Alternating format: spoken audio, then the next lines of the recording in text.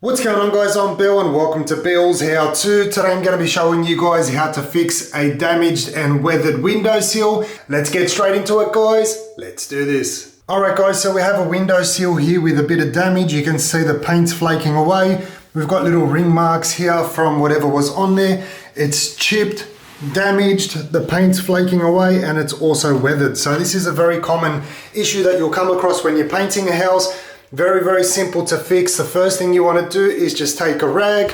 We're going to go over the top here, and all we're trying to do is just remove any of that loose debris so that we know exactly what we're working with. Very simple and easy to do. Once you've got that reasonably clean, you can then take 120 grit sandpaper and we're going to go straight over the top of these chips here.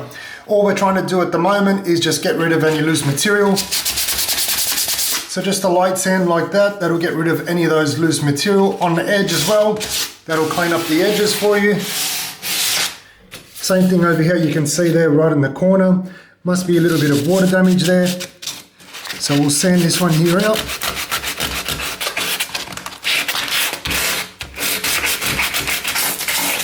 Same thing on the side here.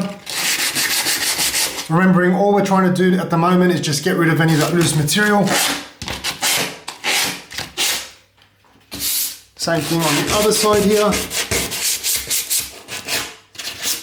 Alright, once you've got that done, we can then take the rag once again, get rid of any of that little bit of dust that we've made from the light sanding. Very common issue and very easy fix. Alright, so now we know exactly what we're working with. I'm going to get some filler. We're going to fill in all these little divots and dents that we've got here all around the edges, and we're also going to gap fill this little section here. Now the reason why we're using gap filler here is because this one here may expand over time and we need something with a bit more flexibility to it. So the gap filler is going to be perfect to go straight through here, straight through that crack. And the rest of it, you can use any general wood filler. So to fix all the little dents, I'm going to be using this filler here. Now I don't usually use this product for timber. However, this one here is a multi-purpose filler. It's from Sika Fine Surface, super easy to sand. Upside about this product here is it can be used on concrete, it can be used on timber, on plasterboard. It's a very all-round little product here, and as you guys can see, it's pretty much empty. That's why I thought I'd just quickly finish it off and use this product right here. So take a little bit of your filler and just simply go in one direction, filling it all in, making sure you've completely filled that area in. At the moment, we're just going to go in one direction. You don't want to leave it sitting up too high once you're done with it.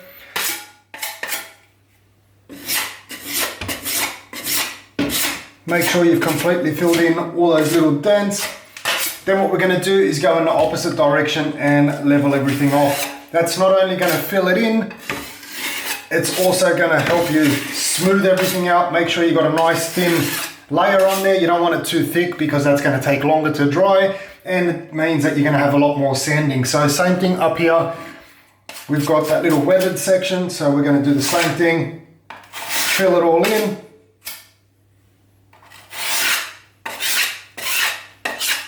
Once you've got it filled in, go in the opposite direction, make sure it's all nice and flat so it dries quick and makes it easy for sanding. Now this little corner section here where the joint is, remembering we're going to be using a filler to make sure that that one there is flexible in case it does decide to move later on. So now we're going to let this one here dry. I'll get the gap filler and then we'll also fill in this little corner here. So we're using the No More Gaps here from Sally's. This one here dries in 10 minutes and is ready to paint. You can use pretty much any water-based gap filler or caulking.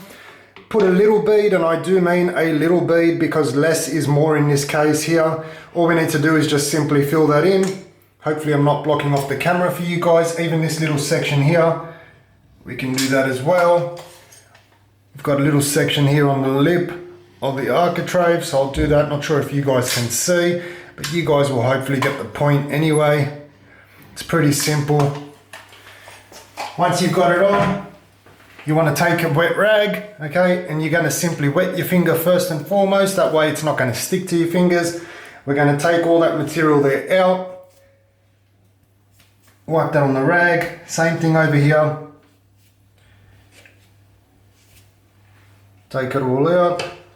There's actually a little bit here that I needed to do, but I'll clean this one here up first. So we've got that all taken out. I'm not sure if you guys could actually see there. That's probably a little bit of it.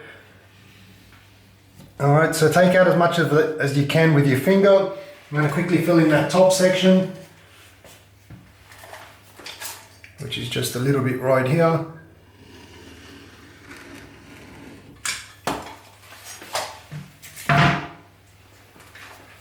Same thing, wipe it all through.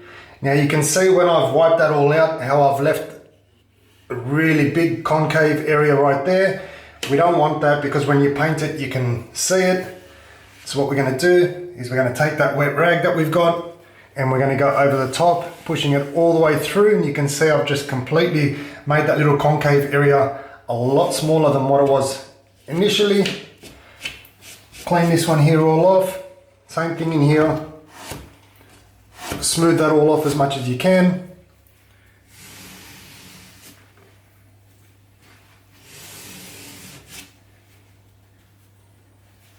Alright, so that's looking good. And then we'll come through finally with your finger, smooth it all off, make sure it's all nice and clean.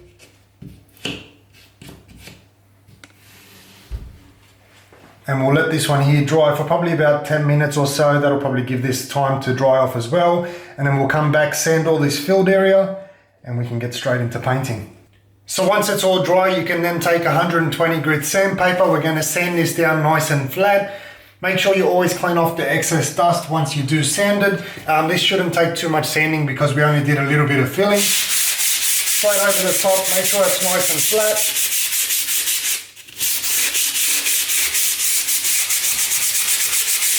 And you can see just how nicely that all comes off. Sands very, very easily. Get rid of all that dust.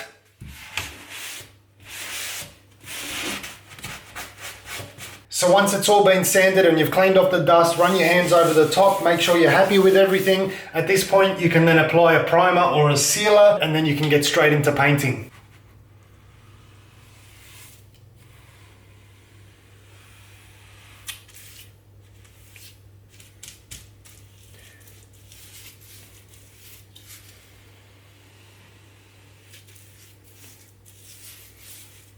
One of the downfalls about using oil-based paint is that it's super runny. You can see there, it drips and runs really, really easily. It's a good thing because it allows you to get a nice flow when you're using your brush, but it's bad because it does run if you overload it. So just make sure anytime you're finished off with this section that you run the brush straight over the top like that, pick up any of that excess material and pass it on to the next area. That way you're going to lay off your work, make sure that you don't have too much paint in one area, and you'll avoid those nasty runs. And once it's all done, this here is the finished product. Very simple and easy way to restore your windowsills back to brand new. Hopefully you guys have enjoyed the video, you've learned something new. As always, like, comment and subscribe. Until next time, I'm Bill. Thanks for watching Billshowto.